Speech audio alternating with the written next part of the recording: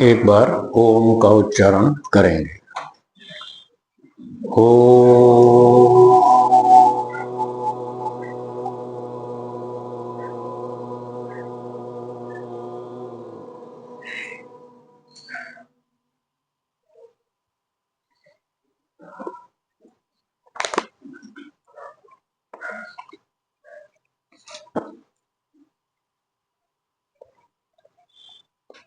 योग दर्शन दूसरा पाद 15वां सूत्र चल रहा था। अब तक 3 दुखों के बारे में हमने समझने का प्रयास किया। अब चौथे दुख की चर्चा होती शुरू। गुण वृत्ति विरोधाच्च दुखमेव सर्वं विवेकिनः। गुण वृत्तियों का विरोध होने से बुद्धिमान की दृष्टि में सारा दुख ही दुख है। गुण वृत्ति क्या है उसको आगे बताते हैं। प्रख्या प्रवृत्ति स्थिति रूपा बुद्धि गुणा। प्रख्या मतलब प्रकाश, प्रवृत्ति गति, स्थिति स्थिरता। तो ये सत्व रज और तम की बात है। बुद्धि गुणा जो बुद्धि के गुण हैं, जो बुद्धि में उपादान कारण के रूप में 3 गुण हैं, सत्व रज और तम। तो प्रख्या मतलब प्रकाश, प्रकाश ये सत्व गुण का विशेषण है, मतलब उसकी विशेषता है। ये जो लाइट दिख रही है आपको, ये लाइट सत्वगुण के कारण से है, ये उसका गुण है सत्वगुण का। प्रख्या गति प्रवृत्ति क्रिया ये रजोगुण का है, और स्थिति स्थिरता ये तमोगुण का है। तो सत्वरज तम तीनों से मिलकर ये बुद्धि बनी है। योग दर्शन के व्यास भाष्य में बुद्धि शब्द बड़ा विचित्र है। कहीं तो महतत्व के लिए आता है, कहीं ये चित्त के लिए आता है। ऐसे अलग अलग स्थानों पर अलग अलग अर्थ बताता है ये बुद्धि शब्द। तो यहां पर हम अभी बुद्धि का अर्थ चित्त कर लेते हैं। चित्त गुणा, चित्त के जो गुण हैं उपादान कारण, वो सत्वरज और तम है, प्रकाश क्रिया और स्थिति स्वभाव वाले। ये तीनों गुण सत्वरज तम परस्पर अनुग्रह तंत्री भूत्वा आपस में एक दूसरे के सहयोगी होकर शांतम घोरम मूढ़म व प्रत्ययम त्रिगुणम एव आरभन्ते। 3 गुण वाले ज्ञान को उत्पन्न करते हैं। शांत को, शांत अनुभूति मतलब सुख, शांत सत्वगुण का प्रभाव है, सुख मिलता है व्यक्ति को। घोर ये दुख है, ये रजोगुण का प्रभाव है। और मूढ़ ऐसे मूर्खता, पागलपन, नशा, ये तमोगुण का प्रभाव है। तो ये जो चित्त में 3 उपादान कारण लगे हैं सत्वरज तम, ये एक दूसरे के सहयोगी बनकर चित्त में 3 तरह की अनुभूतियों को उत्पन्न करते हैं, सुख दुख और मोह। इसका मतलब हुआ कि जो गुण शब्द है, गुण वृत्ति विरोध, इसमें गुण का मतलब है सत्वरज तम, और वृत्ति का अर्थ है स्वभाव। जैसे बताया कि इनका तीनों का स्वभाव अलग अलग है।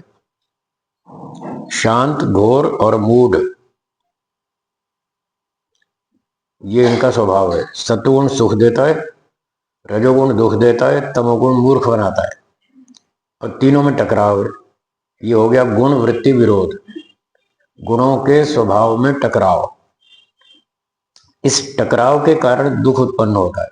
इसको गुण वृत्ति विरोध दुख कहते हैं।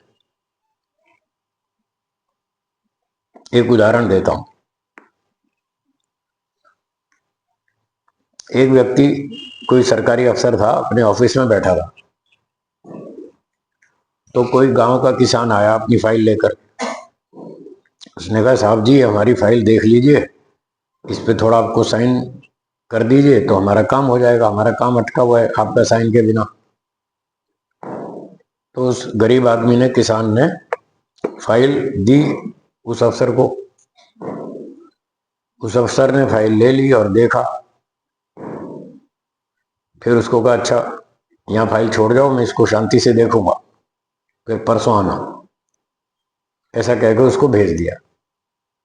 अब उस अफसर ने जब फाइल खोल के देखी तो देखा सारा काम तो ठीक है, सारे कागज पूरे हैं, डॉक्यूमेंट कंप्लीट हैं और सही हैं, तो मुझे इस पर साइन कर देना चाहिए ताकि इसका काम ठीक हो जाए, काम आगे बढ़े, इसका सुविधा मिल जाए इसको जो चाहता है ये। ऐसा उसने मन में एक विचार उठा। तो ये अच्छा विचार था कि भाई गरीब आदमी है, बेचारे का काम अटका हुआ है, तो साइन कर दूंगा तो काम हो जाएगा। इसकी आवाज थोड़ी सी बढ़ा दीजिए। माइक बढ़ाने वाले कौन है? माइक चलाने वाले, थोड़ी आवाज बढ़ाइए इसकी।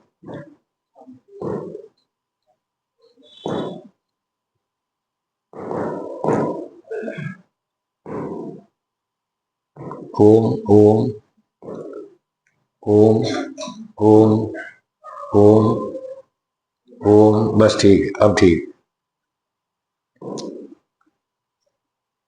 तो ये जो विचार था कि इसका काम कर देना चाहिए, ये सत्व रजतम तीन में से किसका विचार है? सत्व का। सत्व अच्छा है, वो अच्छे विचार पैदा करता है, सेवा, परोपकार, दान, दया आदि आदि, सभ्यता, नम्रता। तो उसके चित्त में जो सत्वगुण था, उससे एक विचार उठा कि इसका काम कर दो साइन। अभी वो सोच ही रहा था कि साइन करूं, इतने में एक दूसरा विचार उठा। उस विचार ने उसको बताया कि ऐसे कैसे साइन कर दे, ऐसे फ्री में काम होता है क्या? कुछ थोड़ा सेवा शुल्क तो मिलना चाहिए। आजकल उसका नाम बदल दिया, सेवा शुल्क। समझ गए आप? भाई हम यहाँ सेवा कर रहे हैं तो कुछ सेवा शुल्क तो मिलना चाहिए, ऐसे फ्री में थोड़ी होता है। ये रजोगुण का विचार आया। वो कहता है थोड़ा स्वार्थ सिद्धि कर लो। सत्वगुण कहता है नहीं, गलत। तुम यहाँ बैठे हो, सरकार तुम्हें 1.5 लाख रुपया मासिक तनख्वाह दे रही है, किस बात का दे रही है? इसी बात का तो दे रही है, साइन करो, उस गरीब का बेचारे का काम करो। तुम्हें 1.5 लाख रुपया मिलता तो है मासिक, और क्या चाहिए? तो सत्वगुण कहता है नहीं नहीं, ईमानदारी से काम करो, ये सेवा शुल्क की बात छोड़ो। फिर रजोगुण का दूसरा विचार उठा, ये सारे ऑफिस वाले ले रहे हैं, मैं क्यों ना ले लूं?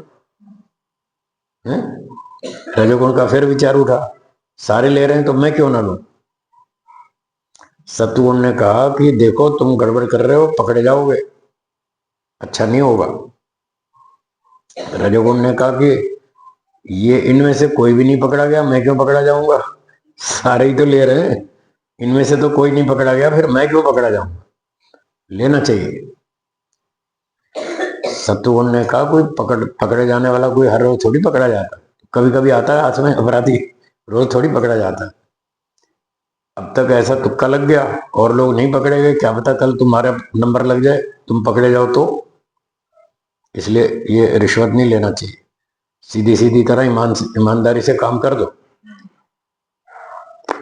रजोगुण फिर उठा, उसने कहा ऐसे कैसे कर दे, ये सब रिश्वत लेते हैं, मैं नहीं लूंगा तो ये सारे मुझे बेवकूफ कहेंगे, पागल कहेंगे, तो मैं तो लूंगा। सत्वगुण ने कहा देखो अगर पकड़े गए तो फिर पिटाई होगी, जेल होगी, बदनामी होगी, बहुत नुकसान होगा, इसलिए रिश्वत लेना अच्छा नहीं है, मत लो। रजोगुण ने कहा कि जो होगा देखी जाएगी, अभी तो ले ही लेते, पकड़े भी गए तो कुछ दे दो, आके छूट जाएंगे, कौन सी हमारे को जेल थोड़ी होने वाली है। अगर रिश्वत लेते पकड़े भी गए तो कुछ रिश्वत दे के छूट जाएंगे। एक दिन दिल्ली में बैठा था मैं, बहुत पुरानी बात, 20-25 साल पुरानी। तो ऐसे ही बैठा था, सामने टेबल पे अखबार रखा था। तो मैं प्राय अखबार पढ़ता नहीं हूँ, उस दिन ऐसे खाली बैठा था तो बाई चांस मेरी नजर पड़ गई। तो मैंने अखबार उठा के देखा, उसमें समाचार लिखा था, कल एक व्यक्ति रिश्वत लेते हुए पकड़ा गया और आज रिश्वत देकर छूट गया।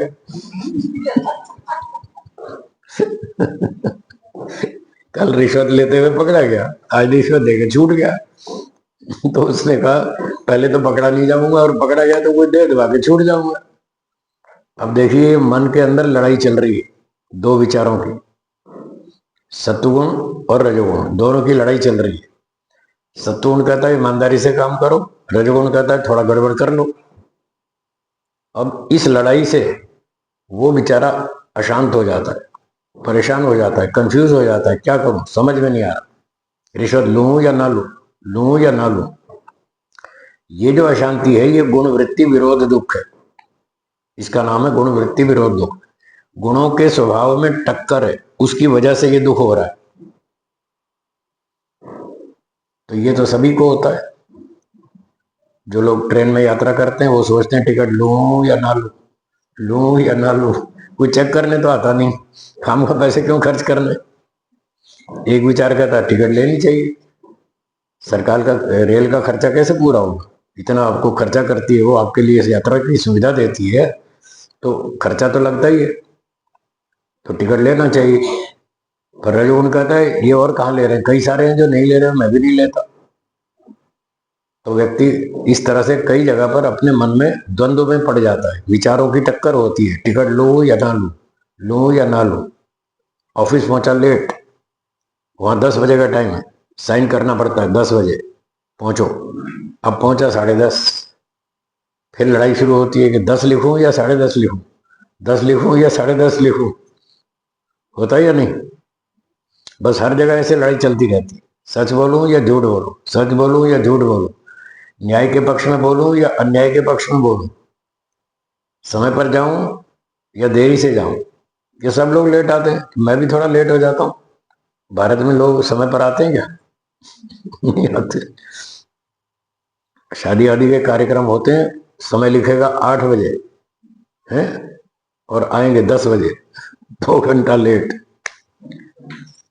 तो इस तरह से बहुत जगह पर लोग गड़बड़ करते हैं और फिर व्यक्ति संशय में पड़ जाता है, कंफ्यूज हो जाता है, क्या करूं, ऐसा करूं वैसा करूं कैसा करूं। ये सारा गुण वृत्ति विरोध दुख है। ये कब तक चलेगा? जब तक हमारे 5 क्लेश दग्ध बीज नहीं हो जाएंगे तब तक चलेगा, क्योंकि ये क्लेश ही तो ये वृत्तियां पैदा कर रहे हैं ना। सच बोलूं कि झूठ बोलूं, सच बोलूं कि झूठ बोलूं, ये गुणों का ही तो प्रेशर है। तो इस प्रकार से ये गुणवृत्ति विरोध दुख तो पूरा जीवन चलेगा, मरते दम तक चलेगा। और अगर समाधि नहीं लगी तो अगले जन्म में फिर यही होगा, अगला जन्म फिर लेना पड़ेगा, फिर ये वृत्ति विरोध फिर चलेगा। स्कूल जाऊं कि नहीं जाऊं, बच्चे बहाना बनाते हैं, आज मेरे पेट में दर्द हो रहा है, आज मैं छुट्टी करूंगा।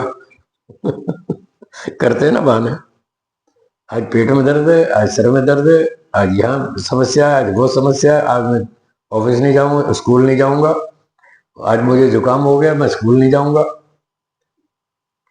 तो जब तक हमारे समाधि नहीं लगेगी, 5 क्लेश दग्धबीज नहीं होंगे, तब तक ये दुख नहीं छोड़ेगा, गुण वृत्ति विरोध दुख।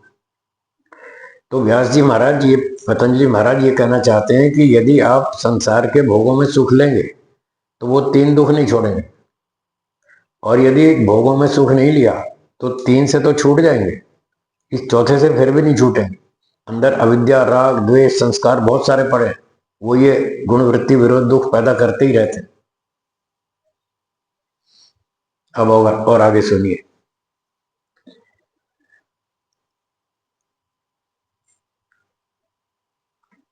एक व्यक्ति ने समाधि लगाई, ईश्वर की अनुभूति हो गई, ईश्वर से ज्ञान मिला, आनंद मिला, बहुत सारी चीजें मिली, उसकी सहायता से उसने सारे क्लेश दग्धबीज कर दिए। अब इस तरह का कोई लड़ाई झगड़ा कुछ नहीं है, सब बिल्कुल क्लियर है। गलत काम नहीं करना है, नहीं करना है, नहीं करना है, नहीं करना है, खत्म बात। अब वो लड़ाई नहीं हो रही कि करूं या ना करूं, क्योंकि वो सारा क्लेश समाप्त हो गया।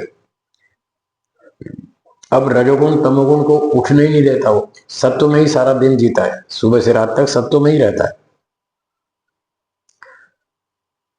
पर काम करता है, व्यायाम करता है, प्रचार करता है, पठन पाठन करता है, तो थकान तो आएगी ना। सुबह 4 बजे उठेगा, रात के 10 बजे तक दिन भर काम करेगा, तो रात को 10 बजे तक थक जाएगा। जब थक जाएगा तो रात को नींद आएगी या नहीं आएगी? आएगी, फिर सोना पड़ेगा। न चाहते हुए भी सोना पड़ेगा। अब ये तमोगुण उसको जबरदस्ती सुला देगा, सो जा भाई, बहुत काम कर लिया, बहुत मेहनत कर ली, अब सो जाओ, थोड़ा आराम कर लो, नहीं तो शरीर बिगड़ जाएगा, रोगी हो जाओगे, पागल हो जाओगे, मर जाओगे। स्वास्थ्य को ठीक रखना है तो आहार, निद्रा और ब्रह्मचर्य तीनों काम आवश्यक है। तो निद्रा भी जरूरी है, अब सो जाओ।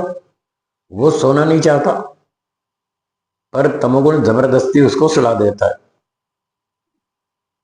वो सोना क्यों नहीं चाहता? क्योंकि जब वो सो जाएगा तो तमोगुण का दबाव इतना होगा कि वो होश में नहीं रहेगा। जब आप और हम सो जाते हैं रात को, तो पता नहीं होता, होश नहीं रहता कि हम भारत में कि जापान में उड़ीसा में है या महाराष्ट्र में, पता नहीं चलता जब सो जाते हैं। जब सुबह नींद खुलती है तब पता लगता है हम कहाँ पर हैं। आप लोग तो लगभग अपने घर ही सोते हैं, यात्राओं में तो कम ही जाते हैं। मैं तो साल भर यात्रा में ही रहता हूँ। तो सुबह जब मेरी नींद खुलती है तो पहले मैं यूं देखता हूँ, मैं पंजाब में हूँ कि गुजरात में हूँ, महाराष्ट्र में हूँ कि उड़ीसा में हूँ, कहाँ हूँ, ऐसे ऐसे देखना पड़ता है। फिर होश आता है कि हाँ हाँ, आज तो उड़ीसा में है। तो तमोगुण जो है वो उसको सुला देता है, ऐसा सुला देता है, वो होश खत्म। अब जब व्यक्ति जाग रहा है तो उसका मन पर पूरा नियंत्रण, कंट्रोल है। सत्वगुण उसके हाथ में है, रजोगुण तमोगुण को दबा के रखता है। तो होश में रहता है, प्रसन्न रहता है, मस्त रहता है, ईश्वर उपासना में रहता है, अच्छे काम करता है, तो आनंद बना रहता है। जब रात को तमोगुण सुला देता है तो उसका सारा आनंद खो जाता है। अब वो व्यक्ति अपना आनंद खोना नहीं चाहता। जो सारा दिन जागते हुए सत्वगुण के प्रभाव में रहा, ईश्वर उपासना में रहा, उससे जो आनंद मिलता है वो उसको छोड़ना नहीं चाहता। पर तमोगुण जबरदस्ती सुलाता है। बस ये गुण वृत्ति विरोध दुख है। न चाहते हुए भी सोना पड़ता है, न चाहते हुए भी खाना पड़ता है। हमारे गुरुजी कहते थे, स्वामी सत्यपति जी महाराज, मैं खाना नहीं चाहता, मुझे खाना पड़ता है। अगर खाऊंगा नहीं तो शरीर चलेगा नहीं। जैसे आप कार में पेट्रोल डालते हैं, पेट्रोल डाले बिना कार चलेगी? तो कार में पेट्रोल डालते समय कोई खुशी होती है क्या, या मजबूरी है? जैसे मजबूरी है पेट्रोल डालने की, उसके बिना चलेगी नहीं। तो भोजन डालना शरीर में ये भी पेट्रोल की तरह है। पेट्रोल की तरह भोजन खाता हूं, गुरुजी कहते थे, नहीं खाऊंगा तो चलेगा नहीं, इसलिए मजबूरन खाना पड़ता है। तो जो पड़ता है, बंधन है, वही तो दुख है। वो कहते थे, मैं खाना नहीं चाहता, मुझे खाना पड़ता है। मैं सोना नहीं चाहता, मुझे सोना पड़ता है। तो ऐसी स्थिति होती है व्यक्ति की। ये फिर गुण वृत्ति विरोध दुख है, उसको जबरदस्ती सुला देता है। अच्छा, अब ये जो गुण वृत्ति विरोध का ये स्वरूप है, ये कब तक चलेगा? जब तक जिएंगे तब तक चलेगा। सोना तो हर रोज पड़ेगा। हाँ या ना? मतलब ये तो दुख जब तक जिएंगे तब तक चलेगा, ये नहीं छोड़ेगा। इसलिए कहा, विवेक की ना, बुद्धिमान को चारों ओर दुख ही दुख दिखता, उसको कहां सुख दिखता है? ना चाहते हुए भी खाना पड़ता है, ना चाहते हुए सोना पड़ता है, ना चाहते हुए 20 काम करने पड़ते हैं। इसलिए कहा, बुद्धिमान को दुखम एवं सर्वम विवेकिना, उसको हर हर काम में चारों तरफ दुख ही दुख दिखता है। वो सोचता है, हे भगवान, ये मुसीबत कब छूटेगी, ये शरीर कब छूटेगा, कब मेरी मुक्ति होगी, तब जाके मैं इससे पीछा छुड़ा पाऊंगा इन दुखों से। तो ये बात थी, ये था गुणवृत्ति विरोध दुख। और भी इसका एक स्वरूप है, आगे पढ़ता हूं भाष्य में। चलम च गुणवृत्तम इति क्षिप्र परिणामी चित्तम उत्तम। गुणों का जो कार्यक्रम है वो बड़ा चंचल है। जैसे आजकल का एक मोटा उदाहरण देता हूं, आपने फिजिक्स में एटम के बारे में सुना होगा। एटम में 3 पार्टिकल्स होते हैं, electron, proton, neutron. Electron proton के चारों ओर चक्कर काटता रहता है, घूमता रहता है, वो रुकता नहीं है। ये वही तो है। ये चित्त में भी सत्वरजतम है ना, ये भी घूमते रहते हैं, ये टिकते नहीं है, सदा गति बनी रहती है। इसलिए कह रहे हैं चलम च गुण वृत्तम इति, गुणों का व्यवहार चंचल है। क्षिप्र परिणामी चित्तम उत्तम, चित्त को शीघ्र परिणाम बदलने वाला बताया है। कभी रजोगुण प्रधान, कभी तमोगुण प्रधान, कभी सत्व प्रधान। कोई अच्छा दृश्य आ गया, अच्छी बात सुन ली तो सत्व भर जाएगा, और किसी ने गाली सुनाई तो रजोगुण भर जाएगा। इतनी देर में स्वरूप बदल जाएगा। और फिर थोड़ी सी भांग पी ली तो बस फिर तमोगुण भर जाएगा। और भांग ना भी पियो तो भी दिमाग में पता नहीं कौन सा स्मृति आ जाए, कौन सा विचार आ जाए, फिर वो तमोगुणी हो जाएगा। तो गुणों का व्यापार चंचल है, चित्त में ये गुण परिवर्तित होते रहते हैं। इसलिए चित्त कभी सत्व प्रधान, कभी रजोगुण प्रधान, कभी तमोगुण प्रधान, ऐसे होता रहता है। और योगी व्यक्ति अपने चित्त को पुरुषार्थ वक्त सत्व प्रधान बनाए रखता है, रजोगुण तमोगुण को दबाए रखता है। जैसे ही रजोगुण का विचार उठा उसको फट दबाता है, ना गलत है, ऐसा नहीं करना। तमोगुण का विचार आया ना, इसको दबाता रहता है, वो सारी मेहनत करना पड़ता है उसको सारा दिन। अब वो तो मेहनत उसके अंदर होती है, उसको पता मैं क्या मेहनत कर रहा हूँ, जनता को क्या पता वो क्या कर रहा है, वो तो अंदर की चीज है। तो इस प्रकार से चित्त की स्थिति लगातार बदलती रहती है, क्योंकि गुणों का व्यापार चंचल है।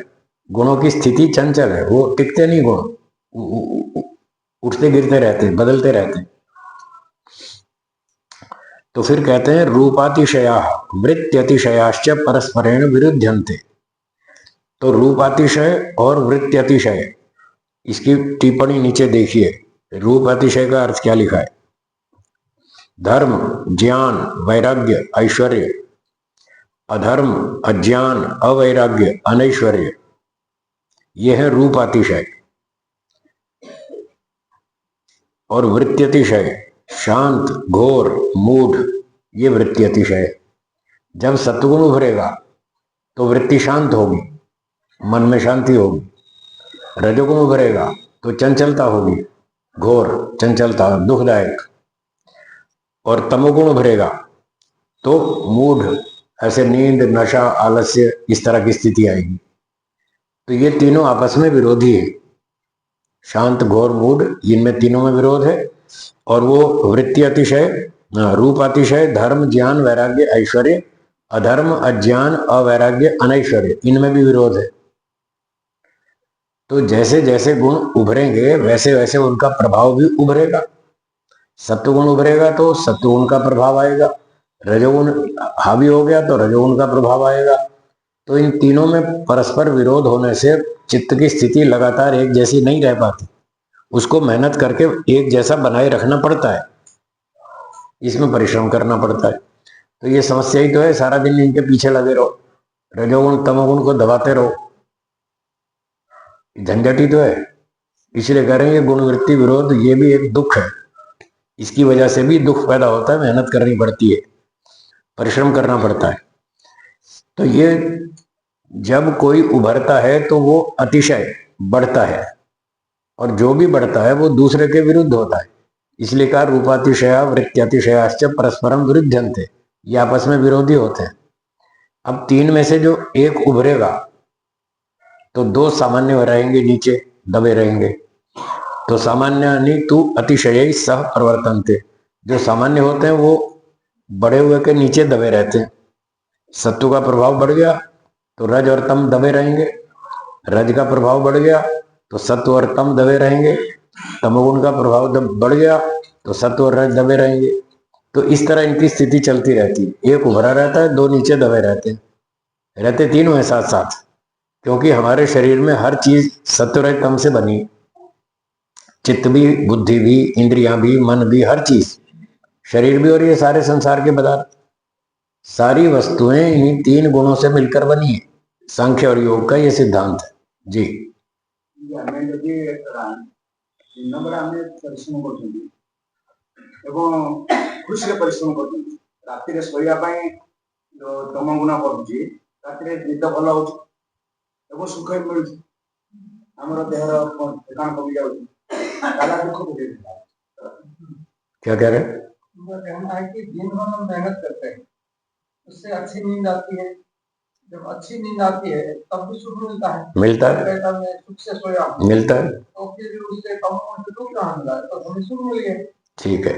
एक सुख रात को सोते समय मिलता है, तमोगुण के बढ़ जाने पर नींद में अच्छा सुख मिलता है, और एक जागते समय पूरे होश में रहते हुए व्यक्ति मन पर नियंत्रण रखता है और ईश्वर उपासना करता रहता है, अच्छे काम करता है, परोपकार करता है, सेवा करता है, तब उसको अंदर से सुख मिलता है या नहीं मिलता है? अब दोनों की तुलना करें, निद्रा वाला सुख ज्यादा बस बढ़िया है या सेवा परोपकार वाला ज्यादा बढ़िया है? बोलिए कौन सा बढ़िया है? सेवा परोपकार वाला। तो जब वो बढ़िया सुख तो जागृत अवस्था में मिल रहा है, सेवा करने से, परोपकार करने से, विद्या प्रचार से, और जब रात को सो जाता है तो घटिया सुख मिलता है। वो घटिया सुख क्यों भोगेगा? वो तो बढ़िया वाला भोगना चाहता है। इसलिए योगी व्यक्ति सोना नहीं चाहता, सोने से उसका बढ़िया सुख खो जाता है। ये गुण वृत्ति विरोध है। हो गया ठीक? जी। बुद्धि और चित्त में ये फर्क है। चित्त तो है मन का नाम, ठीक है? ये दो अलग अलग चीजें हैं। मन से हम दो काम करते हैं, एक तो विचार करने का, ये काम करूं या ना करूं, अच्छा है या बुरा है, लाभ होगा या हानि होगी, ये दो विचार करते हैं। तो जिस इंस्ट्रूमेंट से ये दो विचार करते हैं उसका नाम है मन। इसी का दूसरा नाम है चित्त, क्योंकि इससे एक दूसरा फंक्शन भी करते हैं। वो क्या करते हैं? हमने कुछ खाया पिया, देखा सुना, उस घटना की जानकारी हुई, उसका संस्कार मन में जमा होगा, स्टोरेज है वो। जैसे कंप्यूटर की हार्ड डिस्क होती है, उसमें सारी फाइलें स्टोर करते रहते हैं। तो चित्त जो है, ये मन जो है, इसमें संस्कारों का संग्रह होता है। जब ये संस्कारों का संग्रह होता है तो इसका नाम चित्त रख देते हैं। तो दो काम कर रहा है, इसलिए दो नाम रख दिए। जब संकल्प विकल्प करेंगे, विचार करेंगे, करूं या ना करूं, तब इसका नाम होगा मन। और जब संस्कारों को संग्रहित करेगा, इकट्ठा करेगा, तब होगा चित्त। ये है चित्त। अब बुद्धि इनसे अलग चीज है, चित्त से अलग चीज है। जब हम विचार कर रहे थे ये काम करूं या ना करूं, मन ने तो इतना सहयोग दिया, विचार कर लो, करूं या ना करूं, अच्छा है या बुरा है। अब हमें दो में से एक डिसीजन लेना है। ये काम करूंगा, ये अच्छा है, इसमें लाभ होगा। ये जो डिसीजन लिया, ये बुद्धि की सहायता से लिया, ये बुद्धि का काम है। डिसीजन लेने में हेल्प करना, ये बुद्धि का काम। और बस विचार मात्र करके छोड़ देना, ये चित्त का काम है। इस तरह दोनों अलग अलग चीजें। पर यहाँ जो बुद्धि गुणा लिखा है, यहाँ पर बुद्धि शब्द भले ही बुद्धि है, लेकिन तात्पर्य यहाँ पर चित्त से है, क्योंकि ये सारी वृत्तियां चित्त में उठती हैं। योग चित्त वृत्ति निरोधा, चित्त वृत्ति को रोको, उसका नाम योग है। तो ये जो सारी वृत्तियां उठ रही हैं, शांत घोर मूड, ये सारी चित्त में उठ रही हैं। इसलिए यहाँ पर बुद्धि शब्द का अर्थ हम करेंगे चित्त।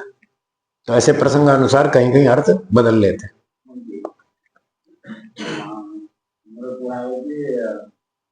दान ଭିतर शोले मुख्य आनंद अधिका ना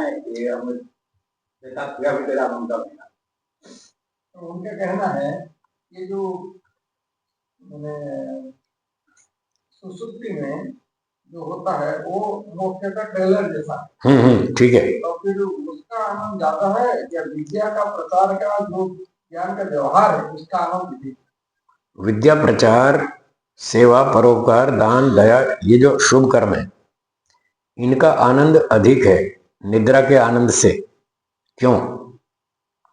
क्या अंतर है? ये अंतर है, निद्रा के समय हमारे मन में 90% तमोगुण का असर होता है और 10% सत्वगुण का प्रभाव होता है। तो निद्रा में जो सुख मिलता है वो 10% सत्वगुण के प्रभाव से होता है, ठीक है? अब जो जागृत में हम सेवा करते हैं, प्रचार करते हैं, दान देते हैं, विद्या पढ़ाते हैं, इसमें पूरा सत्वगुण का सुख होता है। उसमें 10% सत्वगुण है, इसमें 90% है। तो बताइए कौन सा अच्छा हुआ? ये वाला अच्छा हुआ ना। अब जो बात कही आपने कि निद्रा जो है वो मोक्ष का ट्रेलर है, वो ट्रेलर की बात क्या है वो सुनिए। ट्रेलर केवल इतने अंश में है कि सांख्य दर्शन का सूत्र है 5वें अध्याय का, समाधि सुषुप्ति मोक्षेशु ब्रह्म रूपता, 116 नंबर का सूत्र है 5वें अध्याय में सांख्य दर्शन। वहां बताया कि 3 अवस्थाओं में जीवात्मा की स्थिति ईश्वर के समान होती है, ब्रह्म रूपता, ब्रह्म के तुल्य होती है। तो कौन सी स्थिति है ब्रह्म की जिसके तुल्य जीव की स्थिति हो जाती है इन 3 अवस्थाओं में? तो वो है ब्रह्म की स्थिति। क्या ईश्वर आनंद में है? हाँ या ना? हाँ। क्या ईश्वर दुखी है? ना।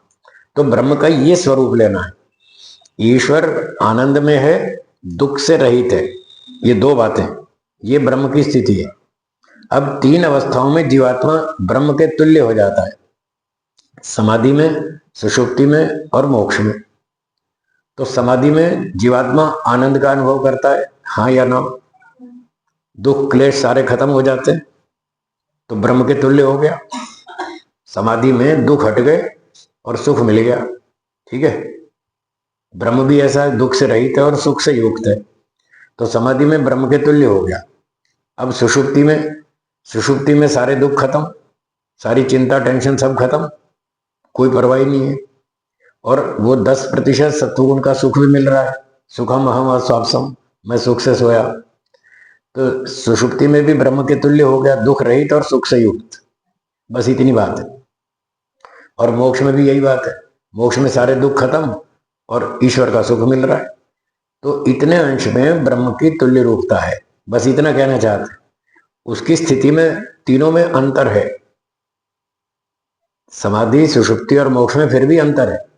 क्या अंतर है वो भी सुनिए। जब व्यक्ति समाधि में होता है तो वो होश में होता है, जागृत अवस्था में होता है, नींद में नहीं है, नशे में नहीं है, पूरे होश में है और अपना मन के ऊपर पूरा नियंत्रण है, सत्व प्रधान है। और शरीर भी उसके साथ है, शरीर भी है और होश भी है। बोलिए क्या कहा? ये कौन सी अवस्था है? समाधि। समाधि में शरीर भी है, होश भी है। निद्रा में शरीर तो है, होश नहीं है। ये फर्क है। निद्रा में शरीर तो है, होश नहीं। और मोक्ष में होश तो है तो शरीर नहीं है। ये तीनों में अंतर है। अंतर समझ में आया? तो तीनों में अंतर है, इसलिए 3 अवस्थाएं रखी। अब तीनों की तुलना करें तो सांख्य में बताया कि तीनों में सबसे बेटर है मोक्ष, क्योंकि मोक्ष में शरीर है ही नहीं। अब दुख आने की संभावना 0 है। मोक्ष में दुख आने की संभावना 0 है, क्योंकि दुख आता है शरीर के कारण और मोक्ष में शरीर है ही नहीं। इसलिए तीनों में सबसे बेस्ट मोक्ष है। उसके बाद बची 2, समाधि और सुषुप्ति। फिर कहा इन 2 में समाधि बेटर है, क्योंकि वो होश में है। समाधि वाला होश में है और सुषुप्ति वाला तो बेहोश है, उसको तो पता ही नहीं कहा हूं, खाट पे सो रहा हूं कि जमीन पे सो रहा हूं, ये भी पता नहीं। तो इस तरह तीनों की तुलना की। ठीक हो गया? चलिए आगे बढ़ते हैं। तो यहां तक हो गया कि जो शांत घोर मूढ़ जो वृत्तियां हैं उनमें से एक प्रबल होगी और 2 नीचे सामान्य दबी रहेंगी। एवं एते गुणा, इस प्रकार से ये गुण सत्वरजतम इतरेतर आश्रयेण उपार्जित सुख दुख मोह प्रत्यया, एक दूसरे की सहायता से सुख दुख मोह अनुभूतियों को उत्पन्न करने वाले। क्योंकि चित्त जो है वो जब काम करेगा तो सत्वरजतम तीनों उसमें जुड़े हुए हैं, एक प्रबल होगा 2 नीचे रहेंगे, तो तीनों मिलकर सारी अनुभूतियां पैदा करेंगे, कभी सुख की, कभी दुख की, कभी मूर्खता की, नींद आलस्य नशे की। तो ये तीनों गुण मिलजुल करके सुख दुख और मोह ज्ञान को उत्पन्न करते हैं। सर्वे सर्व रूपा भवंती, सारे सभी रूपों वाले होते हैं, क्योंकि हर वस्तु में सत्व रज तम तीनों हैं। तो जिस वस्तु में सत्व है तो उसमें सुख भी होगा, क्योंकि गुण सदा द्रव्य के साथ रहता है, द्रव्य को छोड़ता नहीं। तो जब हर वस्तु में सत्व है तो थोड़ा थोड़ा सुख भी होगा। हर वस्तु में रजोगुण है तो कुछ दुख भी होगा, और हर वस्तु में तमोगुण है तो कुछ मूर्खता भी होगी, नशा भी होगा। तो सभी वस्तुएं सभी रूप वाली है, क्योंकि हर वस्तु में सत्व रज तम तीनों हैं। जब तीनों हैं तो फिर भेद क्या रहा, अंतर क्या रहा? अंतर के लिए कह रहे हैं गुण प्रधान भाव कृतस्तु ऐशाम विशेष थी। अंतर यह आता है कि जो प्रधान हो जाएगा वो अपना चमत्कार दिखाएगा।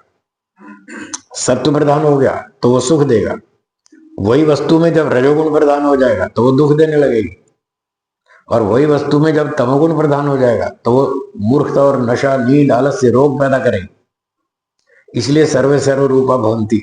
हर वस्तु में रजोगुण है, हर वस्तु में तमोगुण है, तो दुख तो हर वस्तु में है। कहां बचोगे दुख से? जब तक शरीर है, जब तक प्रकृति से कनेक्शन है, तब तक दुख से नहीं बच पाएंगे। इसलिए कहा दुखम एवं सर्वम विवेकिनाम। बुद्धिमान को चारों ओर दुख ही दुख दिखता है। हर वस्तु में रजोगुण है, हर वस्तु में तमोगुण है, किसी में कम है किसी में ज्यादा, बस इतना अंतर है। हाँ बोलिए।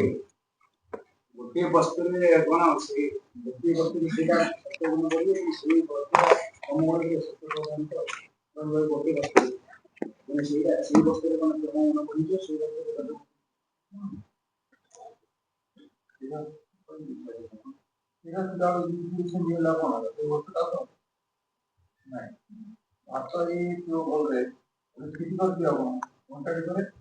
क्या क्या कह रहे हैं? कहना है जो आपने ये बताया कि सत्वगुण रजोगुण, बोले ये सत्व रजतम अलग अलग वस्तु में बढ़ेगा, ये एक वस्तु में भी ये कम बेसी होते हैं। एक में भी कम अधिक हो रहे हैं, हर वस्तु में भी है, और एक में भी तीनों है। उदाहरण के लिए आपने खीर बनाई, दूध चावल की बढ़िया खीर बनाई, अभी अभी ताजी बनाई, अभी इसमें सत्व प्रधान है, आप खाएंगे सुख देगी। 6 घंटा रख दो, रजोगुण प्रधान हो जाएगा, टेस्ट बदल जाएगा, आएगा ना फर्क। और 3 दिन रख दो तो तमोगुण तो सड़ जाएगी, फिर खाएंगे तो बीमार करेगी। एक ही वस्तु में सत्व रज और तम तीनों बदलते रहते। सेब अभी अभी ताजा लाए, बढ़िया पका हुआ, उसमें अभी सत्व प्रधान है। 2-4 दिन रख दो, उसमें रजोगुण प्रधान हो जाएगा, खटास आनी शुरू हो जाएगी। और 1 हफ्ता रख दो तो सड़ जाएगा, वो तमोगुण प्रधान हो जाएगा। तो बुद्धिमान को तो दिखता है, चाहे वो सत्व प्रधान भी है, इस समय बढ़िया सेब ताजा पका हुआ, इस समय भी तो उसमें रजोगुण है तो सही, अभी उभरा नहीं है तो सही ना। अतिशय तो सामान्य, सामान्यस्तु अतिशय सह प्रवर्तन थे। जो सामान्य वो भी तो अतिशय के साथ नीचे छुपा ही हुआ है ना कहीं कुछ ना कुछ तो असर दिखाएगा। आज नहीं दिखाएगा, 2 दिन बाद दिखाएगा। जब खा लेंगे तो अंदर पेट में सड़ेगा, फिर वहां बीमारी पैदा करेगा। ठीक है ना।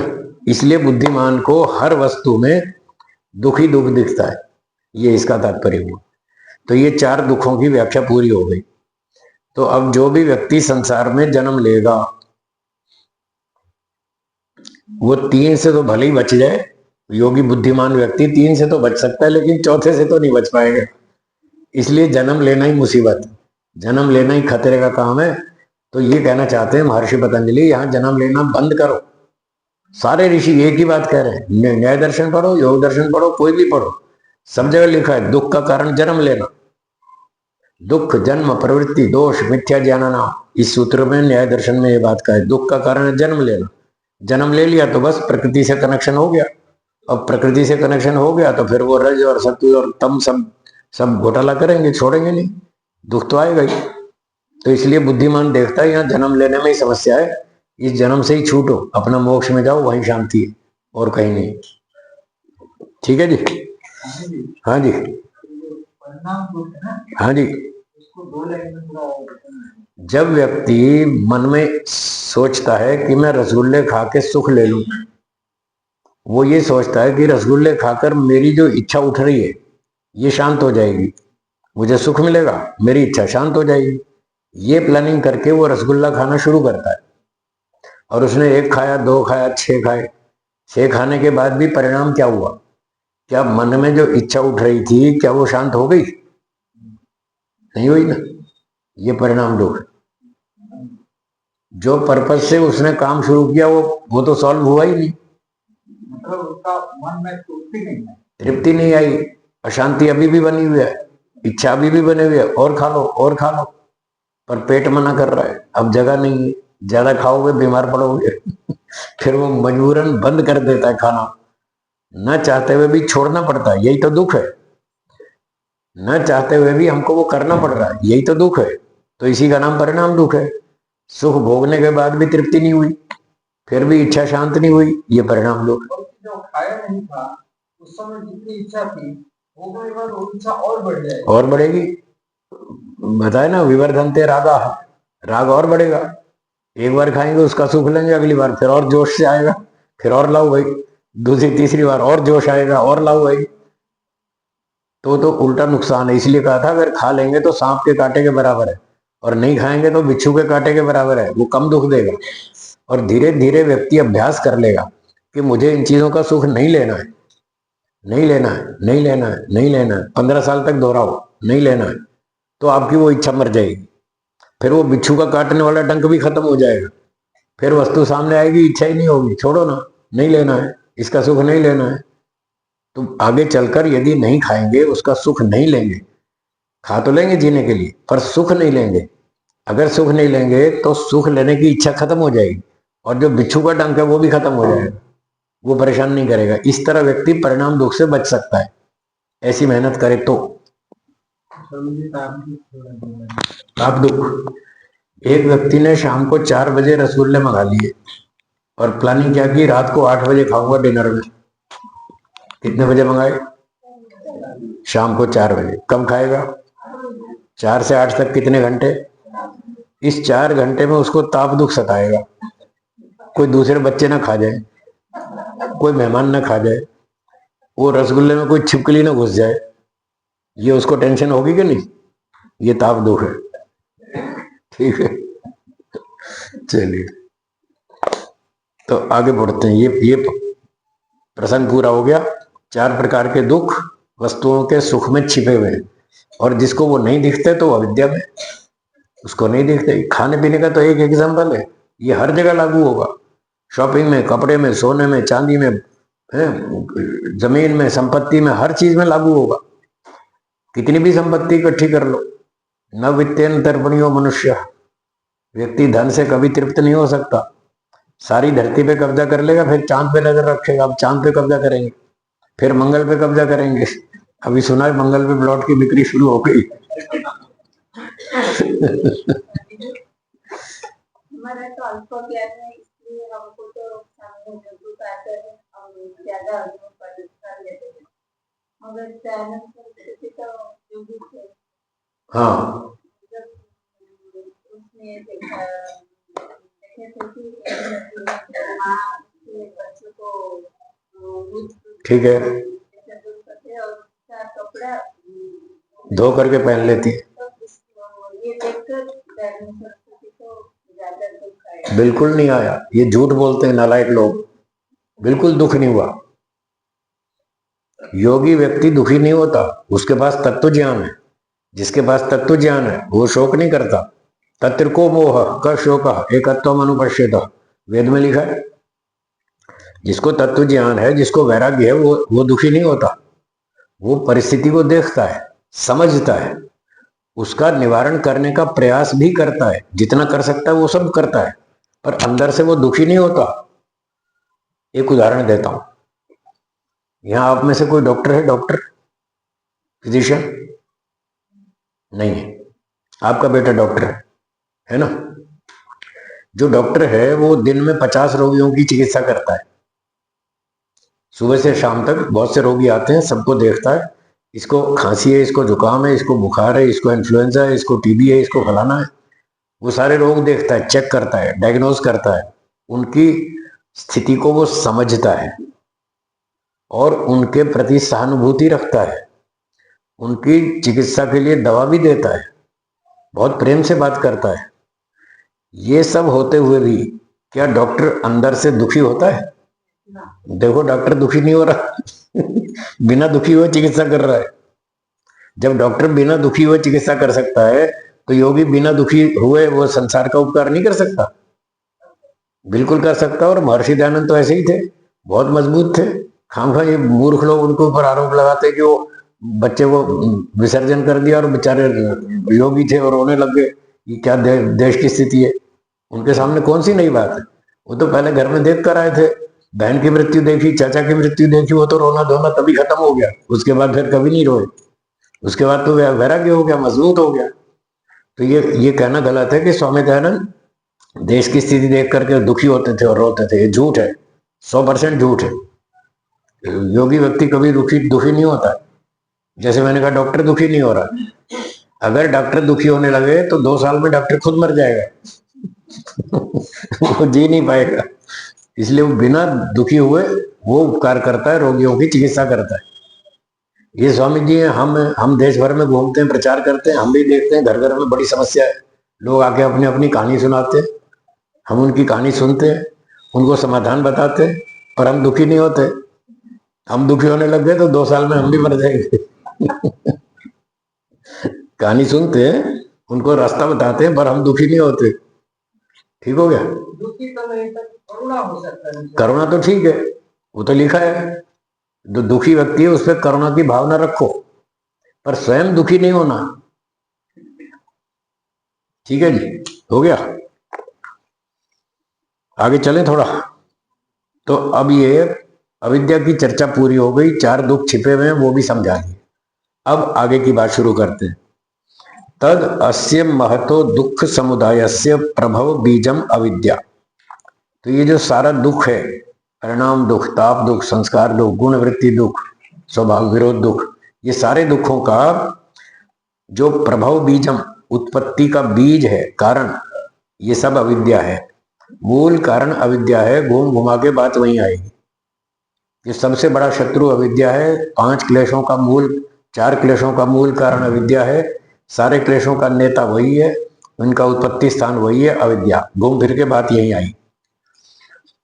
तो हम 4 बात बताएंगे। पहली, अविद्या। दुख की उत्पत्ति का कारण अविद्या है। तस्याश्च सम्यक दर्शनम अभाव हेतु। अब तस्याह, अविद्याया, उस अविद्या का, अभाव हेतु, विनाश का कारण, अविद्या के नाश का कारण है सम्यक दर्शनम, तत्व ज्ञान, विद्या। क्योंकि 2 विरोधी पदार्थ एक दूसरे के विनाशक होते हैं, पहले भी बताया था। गर्मी बढ़ गई तो क्या करेंगे? ठंडक लाएंगे, वो गर्मी का नाश करेगी। ठंडक बढ़ गई तो गर्मी लाएंगे, वो ठंडक का नाश करेगी। तो गर्मी और ठंडक एक दूसरे के विरोधी और एक दूसरे के नाशक है। तो ऐसे ही विद्या और अविद्या दोनों विरोधी है। विद्या मतलब सम्यक दर्शन, तत्व ज्ञान। तो सारे दुखों की उत्पत्ति का कारण अविद्या और अविद्या का विनाशक कारण तत्व ज्ञान। ठीक है? सम्यक दर्शनम तत्व ज्ञान। यथा चिकित्सा शास्त्रम चतुर्व्यूहम। एक उदाहरण देते हैं, योग विद्या को चिकित्सा विद्या से मिलाकर दिखा रहे हैं। जैसे चिकित्सा शास्त्र आयुर्वेद वो 4 भाग वाला है, चतुर्व्यूहम, उसके 4 हिस्से हैं। क्या है 4 हिस्से? रोगो, रोग हेतु, आरोग्यम, भैषज्यमिति, उसके ये 4 भाग हैं। तो जब किसी रोगी की चिकित्सा करनी होती है तो डॉक्टर वैद्य पहले उसको डायग्नोज करते हैं, इसको रोग क्या है। फिर रोग का हेतु, ये कारण क्या है, किस वजह से रोग हुआ। पहले रोग को पहचानेंगे, फिर रोग के कारण को ढूंढेंगे, किस कारण से ये रोग हुआ। और फिर आरोग्यम, तीसरी बात है, जब ये रोग हट जाएगा तब रोगी की क्या स्थिति होगी, वो स्वस्थ हो जाएगा। आरोग्य मतलब स्वास्थ्य की अवस्था। क्या मतलब? हाँ, जब रोग हट जाएगा व्यक्ति स्वस्थ हो जाएगा। तो स्वस्थ कैसा होगा, वो तीसरी बात। और भैषज्यम, चौथी बात, उसकी दवाई चिकित्सा। ये भैषज्यम, उसकी चिकित्सा करो, दवाई लाओ, जिससे कि वो रोग हटेगा और वो स्वस्थ हो जाएगा। तो जैसे आयुर्वेद चिकित्सा शास्त्र में 4 भाग हैं, एवं इदम अपि शास्त्रम चतुर्व्यूहमेव, उसी प्रकार से ये शास्त्र, योग शास्त्र भी 4 भाग वाला है, बिल्कुल सेम। जो चिकित्सा शास्त्र है वो मुख्य रूप से शरीर की चिकित्सा करता है। क्या बोला, दोहराइए। चिकित्सा शास्त्र है और मुख्य रूप से शरीर की चिकित्सा। और योग शास्त्र मन की चिकित्सा करता है। दोनों चिकित्सा शास्त्र है, इसलिए उसके साथ तुलना कर रहे हैं। ये मन का इलाज करता है, वो चिकित्सा शास्त्र शरीर का इलाज करता है, शरीर के रोगों को ढूंढता है, और ये मन के रोगों को ढूंढता है। मन का सबसे बड़ा रोग है अविद्या, इसलिए अविद्या की बीमारी है और इसका ये इलाज करता है योग विद्या। ठीक है, इसलिए तुलना कर रहे हैं। तो यहां जैसे शारीरिक चिकित्सा शास्त्र में 4 हिस्से बताए, रोग, रोग का कारण, स्वास्थ्य और स्वास्थ्य का उपाय, ऐसे ही जो योग शास्त्र है इसमें भी 4 भाग है। पहला संसारः, दूसरा संसार हेतु, तीसरा मोक्षः, चौथा मोक्ष का उपाय। इसको भी वैसे ही समझ लो। तो जैसे वहां रोग था, यहां संसार है। ये संसार रोग है, इसमें जन्म लेना ही बीमारी है। संसार ये रोग की स्थिति है, और इसका कारण दूसरा है, संसार में जन्म लेने का कारण अविद्या। और तीसरा जो स्वास्थ्य की स्थिति थी आयुर्वेद में, यहाँ मोक्ष, जब दुख हट जाएगा वो स्वस्थ अवस्था आएगी, उसका नाम मोक्ष है। और वहां थी रोग की चिकित्सा करने का उपाय दवाई, यहाँ मोक्ष का उपाय तत्व ज्ञान। तो वहां भी 4 चीजें, यहाँ भी 4 चीजें। वो शरीर चिकित्सा है, ये मन की चिकित्सा है। ठीक हो गया। तो अब कहते हैं इस योग शास्त्र के अनुसार इसकी व्याख्या करते हैं। तत्र दुख बहुला संसारो है। ये जो दुख बहुल, जहां पर दुख अधिक है, संसार, ये है छोड़ने योग्य है। संसार में नहीं रहना चाहिए, संसार में रहना कोई बुद्धिमत्ता नहीं है। मैं इस बात को थोड़ा कठोर शब्दों में कभी कभी कह देता हूं मंच पर, संसार मूर्खों के रहने की जगह है। बुद्धिमानों के रहने की जगह नहीं है। क्योंकि मूर्ख कौन है? जिसमें अविद्या है वही तो मूर्ख है। तो हमने जन्म लिया तो अविद्या है ना, तभी तो जन्म लिया। तो अविद्या है हमारे अंदर, उसी को तो दूर करना है, इसीलिए तो आए संसार में। तो संसार बुद्धिमानों के रहने की जगह नहीं है। क्यों? बुद्धिमान लोग दुख नहीं भोगते, वो सुख भोगते। तो सुख भोगने वाले कहाँ रहते हैं? मोक्ष में। तो मोक्ष वाले बुद्धिमान है और यहाँ संसार वाले वो गड़बड़ है। तो कह रहे हैं दुख बहुला संसारो है, जिसमें बहुत सारा दुख है, ये छोड़ने योग्य है संसार। और प्रधान पुरुषयो संयोगो हेय हेतु, संसार में जो जन्म लेना है, इस जन्म लेने का कारण क्या? हेय हेतु, इस संसार का हेतु क्या? क्यों जन्म लिया? क्यों जन्म लिया? प्रधान पुरुषयो संयोग। प्रधान मतलब प्रकृति, पुरुष मतलब आत्मा।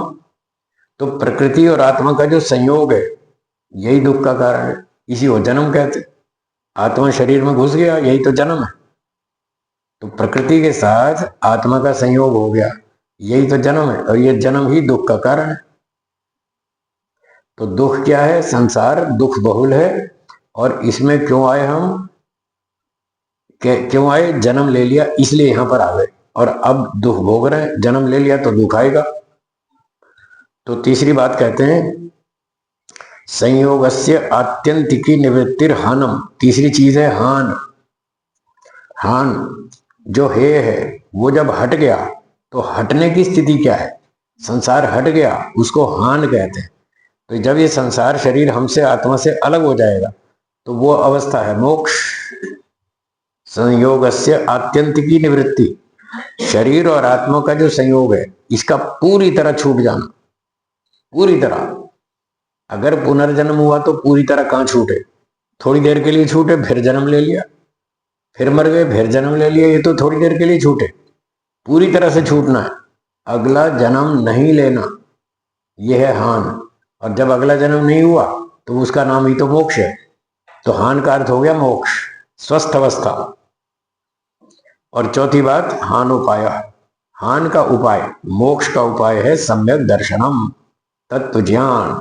तीन वस्तुओं को ठीक ठीक समझो, आत्मा अलग, ईश्वर अलग, प्रकृति अलग, तीन को अलग अलग प्रैक्टिकल लेवल पर, वास्तविक ज्ञान के स्तर पर समझना है। ज्ञान शाब्दिक ज्ञान भी होता है, वैसे तो कुल मिला के 4 प्रकार का ज्ञान है शास्त्रों में जो बताया, उनके नाम बोलिए। पहला मिथ्या ज्ञान, दूसरा संशय ज्ञान, तीसरा शाब्दिक ज्ञान, चौथा तत्व ज्ञान। ये 4 प्रकार का ज्ञान होता है। ये जो सम्यक दर्शनम है ये तत्व ज्ञान है, चौथे वाला, ये मोक्ष का उपाय है। पहले 3 वाले से मोक्ष नहीं होने वाला। पहले जो 3 प्रकार का ज्ञान है उसमें पहला क्या बताया था? मिथ्या ज्ञान, ये अविद्या का नाम, भ्रांति, अविद्या, मिथ्या ज्ञान। संसार में सुख अधिक है या दुख अधिक है, और लोग क्या माने बैठे? बस यही मिथ्या ज्ञान है। यही मिथ्या ज्ञान है, जहां पर दुख अधिक है और माने बैठे यहाँ सुख अधिक है, ये मिथ्या ज्ञान है। ये शरीर सदा जीवित रहेगा और लोग क्या मानते हैं? हम हमेशा जिए, यही मिथ्या ज्ञान। ठीक है ना? झूठ बोलना अच्छा है या बुरा? बुरा। और लोग क्या मानते हैं? अच्छा है, झूठ बोलने में क्या बुरा है, सारी दुनिया बोल रही है, हम भी बोल लेते हैं, क्या फर्क पड़ता है? ये सारा मिथ्या ज्ञान। तो मिथ्या ज्ञान की परिभाषा ये है, वस्तु कुछ और है, हम समझ रहे हैं कुछ और, गलत समझना। रस्सी को सांप समझना मिथ्या ज्ञान। रस्सी तो रस्सी है, सांप थोड़ा ही। तो है तो कुछ अलग चीज रस्सी, और समझ रहे हैं कुछ और, सांप समझ रहे हैं, ये मिथ्या ज्ञान है। दूसरा है संशय। जब मन में कम से कम 2 विचार हो, 3, 4, 5, 10, 20 कितने भी हो सकते हैं, कम से कम 2, और निर्णय कुछ नहीं हो रहा, समझ नहीं आ रहा कि 2 में से ठीक क्या है, ये समझ में नहीं आ रहा, उसका नाम है संशय। एक व्यक्ति के मन में 2 विचार हैं, कुछ लोग कहते हैं भगवान है, कुछ कहते हैं नहीं है।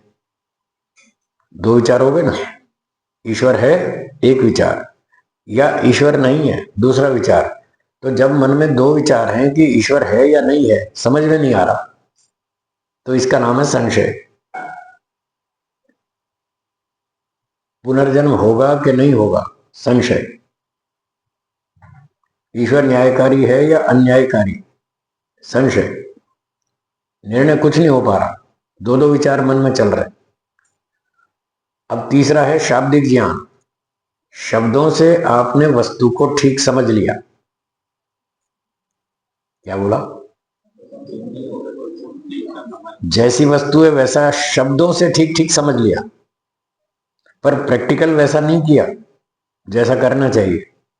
शब्दों से ठीक बोल रहे हैं और आचरण वैसा नहीं कर रहे। इसका उदाहरण, सिगरेट पीना ठीक है या गलत? पीनी चाहिए, फिर क्यों पी रहे हैं लोग? उन पीने वालों से पूछो, क्या सिगरेट नुकसान करती है? वो कहेंगे हाँ करती है। बोल तो ठीक रहे, बोल तो ठीक रहे, हाँ नुकसान करती है। तो जब नुकसान करती है तो क्या पीनी चाहिए? नहीं पीनी चाहिए, फिर भी पी रहे। तो बोलते कुछ है, करते कुछ है, इसका नाम है शाब्दिक ज्ञान। गुस्सा करना चाहिए, फिर छूट गया क्या? नहीं छूटा तो ये शाब्दिक ज्ञान है। गुस्सा नहीं करना चाहिए, ये शाब्दिक ज्ञान है, क्योंकि अभी भी गुस्सा कर रहे थे। बोल तो ठीक रहे पर प्रैक्टिकल वैसा नहीं है, इसका नाम है शाब्दिक ज्ञान। छल कपट करना चाहिए, फिर भी लोग कर रहे हैं। जानते नहीं करना चाहिए, फिर भी करते हैं। झूठ बोलना चाहिए, नहीं बोलना चाहिए, फिर भी बोल रहे। ये सारा शाब्दिक ज्ञान। और तत्व ज्ञान जो चौथा है, वो वास्तविक ज्ञान, तत्व ज्ञान, सम्यक दर्शन, यथार्थ ज्ञान। उसका स्वरूप यह है कि जैसा हम ठीक ठीक समझ रहे, जैसा ठीक ठीक बोल रहे, वैसा ही ठीक ठीक आचरण भी कर रहे। शाब्दिक ज्ञान में बोलते कुछ और थे, करते कुछ और थे। तत्व ज्ञान में जो बोलते हैं वही करते, सेम, कोई अंतर नहीं है। उसको, उस ज्ञान के स्तर का नाम है तत्व ज्ञान। उसका उदाहरण है कि ये बिजली की तार है, इसमें 220 वोल्ट का करंट है। क्या इस तार को छूना चाहिए? तो आप छूते हैं क्या? छुएंगे? एक बार छू के देखो, एक बार भी कोई नहीं छुएगा। इसका नाम है तत्व ज्ञान। क्योंकि आपको अच्छी तरह समझ में आ गया, एक बार छूने में ही शांति पाठ हो जाएगा। फिर दूसरा नंबर नहीं आएगा दूसरी बार छूने का। तो ये आपको अच्छी तरह समझ में आ गया। तो जैसा आप कहते हैं बिजली की तार छूना ठीक नहीं है, तो आप प्रैक्टिकल भी नहीं छू रहे।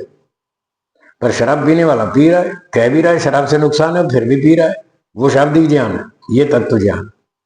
तो जैसे ये अच्छी तरह समझ में आ गया कि बिजली की तार छूना खतरे वाली बात है, इसको नहीं छूना चाहिए, ऐसे ही जब ये समझ में आ जाएगा संसार में जन्म लेना मूर्खता है, संसार में जन्म नहीं लेना चाहिए, और जब ये समझ में आ जाएगा फिर व्यक्ति अगला जन्म नहीं लेगा, फिर मोक्ष में जाएगा, फिर यहाँ थोड़ी आएगा, उसका नाम है तत्व ज्ञान। संसार में चारों ओर दुख ही दुख है। जब ये अच्छी तरह समझ में आ जाएगा तो संसार में जन्म लेने की इच्छा खत्म, एक भी सुख भोगने की इच्छा खत्म, सारी इच्छाएं खत्म। जब इच्छा ही नहीं बची तो फिर जन्म क्यों लेना? फिर नहीं जन्म लेना। इच्छा है तभी तो जन्म ले रहे हैं, वो इच्छा पूरी करनी है। जब इच्छा खत्म होगी, वो कैसे होगी? तत्व ज्ञान से। इस यहाँ चारों ओर दुख ही दुख है, ये तो जन्म लेना पागलपन है, तो मैं तो अब अगला जन्म नहीं लूंगा। जब ये व्यक्ति का स्तर बन जाएगा, वो है तत्व ज्ञान। फिर उसको ईश्वर समझ में आएगा कि ईश्वर अच्छा है, वो 100% सुख देता है, और मुझे कितना चाहिए? बस। तो मैं फिर ईश्वर के पास जाऊंगा, यहाँ क्यों आऊंगा संसार में? इस ज्ञान से फिर व्यक्ति का मोक्ष होगा, इसके बिना नहीं होगा। तो ये चार बातें बताई। इस चार बातों को ही व्याख्या करता है सारा योग दर्शन, कि संसार क्या है इसको समझो, अविद्या क्या है उसका कारण, संसार में जन्म लेने का है, और जन्म लेना उसका कारण, और जन्म लेने का कारण अविद्या, फिर अविद्या का नाश करो तत्व ज्ञान से, फिर आपका मोक्ष हो जाएगा। अब ये प्रसंग 16वें सूत्र से आगे चलेगा, इसको हम कल पढ़ेंगे। कोई शंका है तो बोलिए, 2-4 मिनट शंका समाधान कर ले।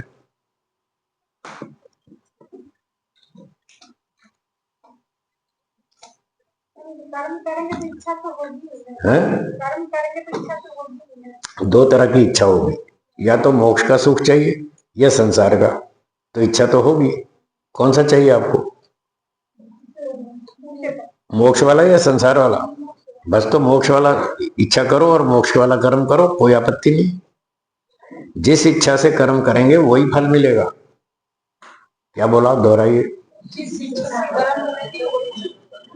अगर आप सांसारिक सुख की इच्छा से कर्म करते हैं तो संसार का सुख मिलेगा, उसको भोगने के लिए फिर जन्म लेना पड़ेगा। और यदि मोक्ष की इच्छा से कर्म करेंगे तो मोक्ष मिलेगा, जैसी इच्छा है वही फल मिलेगा। तो निष्काम कर्म इसी का नाम है कि मोक्ष की इच्छा से कर्म करो तो मोक्ष मिलेगा, संसार की इच्छा से करोगे संसार का सुख मिलेगा। यहाँ सुख एक मिलेगा, दुख 4 मिलेंगे। परिणाम दुख, ताप दुख, संस्कार दुख, 4 दुख समझ तो लिया आपने। यहाँ सुख एक मिलता है, दुख 4 मिलते हैं। ये भगवान की स्कीम है। जैसे कंपनी वाले स्कीम चलाते रहते हैं, 2 साबुन खरीदो तीसरा फ्री में। तो भगवान की ये स्कीम है, संसार में 1 सुख खरीदो 4 दुख फ्री में। ये स्कीम है। ये पसंद है तो ये कर लो, और मोक्ष वाली पसंद है तो वो कर लो। मोक्ष की इच्छा करके समाज सेवा परोपकार करो, भगवान की उपासना करो, समाधि लगाओ, अष्टांग योग का आचरण करो, इस तरह से तपस्या करो तो मोक्ष भी मिलेगा और खाना पीना फ्री में। ये दूसरी स्कीम है। अब बोलो कौन सी अच्छी है? मोक्ष के लिए मेहनत करो, खाना पीना फ्री में, कपड़ा फ्री में, है भाड़ा किराया सब फ्री में। तो दो स्कीम है, जो आपको अच्छी लगे वो पकड़ लो। और कोई प्रश्न? हाँ बोलिए।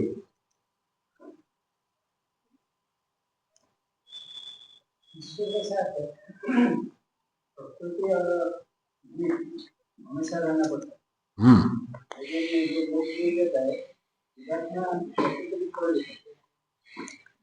क्या कह रहे हैं? ईश्वर के साथ जीव प्रकृति को सदा रहना पड़ता है।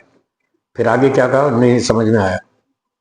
जो मोक्ष मिल जाता है तो आत्मा प्रकृति से छूट जाता है तो कहाँ रहता है, कहाँ किसके जा रहे हैं?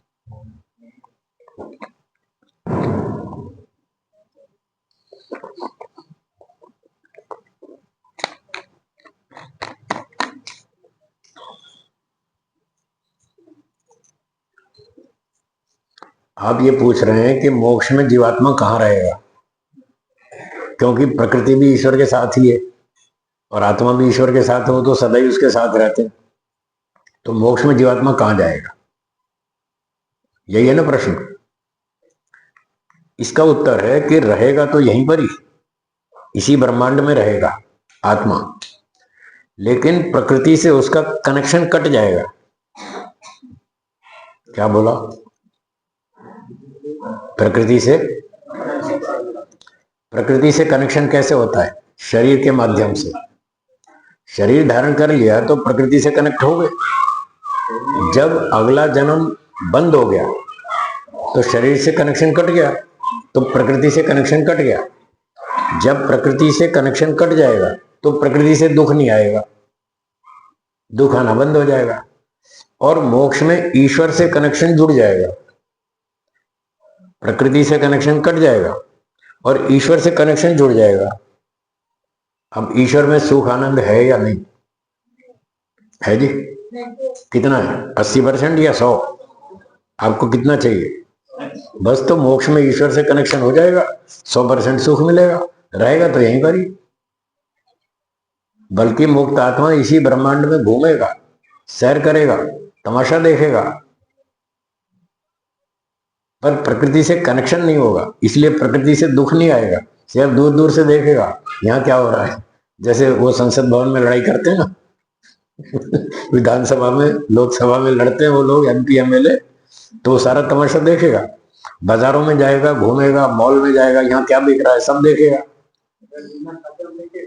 हैं? ईश्वर की शक्ति से घूमेगा, ईश्वर की शक्ति से देखेगा, सुनेगा। आज प्रकृति की आंख से देख रहे हैं, तब ईश्वर की आंख से देखेंगे, ये फर्क आएगा। तो प्रकृति से तो कट गया कनेक्शन, तो ये प्रकृति की आंख वापस कर देंगे प्रकृति को, लो भाई तुम्हारी आंख नहीं चाहिए। ईश्वर की आंख लगा लेंगे, उससे देखेंगे, ईश्वर की शक्ति ले लेंगे, उससे घूमेंगे, सैर करेंगे पूरे ब्रह्मांड की। ये होगा मोक्ष में ना, कोई नहीं जाएगा। सूक्ष्म भी तो प्रकृति से बना है, प्रकृति से तो पूरा कट करना है, पूरा। 3 शरीर है हमारे पास, स्थूल शरीर, सूक्ष्म शरीर, कारण शरीर। जब मोक्ष में जाएगा तो त्रीणी बंधनानि छित्वा, तीनों बंधन काट के जाएगा, तीनों शरीर कट जाएंगे, अलग हो जाएंगे, और मोक्ष में ईश्वर के साथ जुड़ जाएगा। रसम ही एव अयम लब्ध्वा आनंदी भवति, ईश्वर को प्राप्त करके वो आनंदित हो जाता है। तो मोक्ष में ईश्वर से कनेक्ट हो जाएगा और उससे आनंद मिलेगा। प्रकृति से कनेक्शन कट जाएगा, सारे दुख खत्म।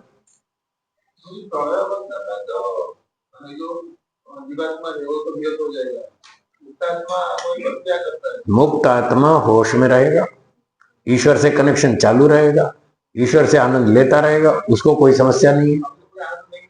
ईश्वर से आनंद मिलेगा ना, संसार का थोड़ी लेना, लेना तो ईश्वर का है। चाहे सृष्टि बनी हो चाहे ना बनी हो, उससे तो कोई खास लेना देना नहीं है। मुक्त आत्मा को ईश्वर का आनंद लेना है। वो तो प्रलय में भी होगा ईश्वर, क्या प्रलय में ईश्वर नष्ट हो जाएगा? वो तो ठीक ठाक रहेगा, तो उसका आनंद तो मिलता रहेगा, उसको क्या नुकसान है? कोई दुख नहीं मिलता है, देखिए मैं कह रहा हूं मुक्त आत्मा की बात कर रहे हैं,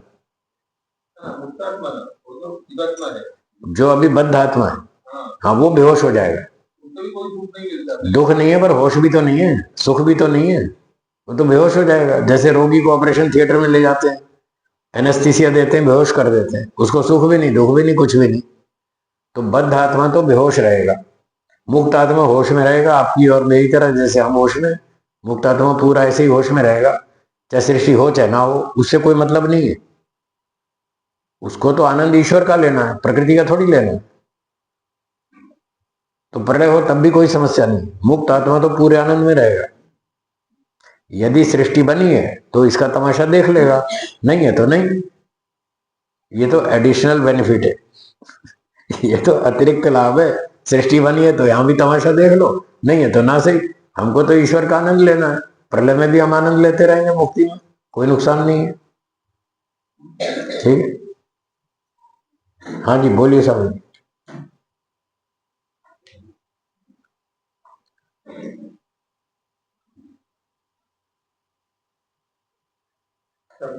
जी ईश्वर सर्वव्यापक अटंती जी आत्मा शरीर व्यापक शरीर जड़ गोटे गाड़ी स्वरूप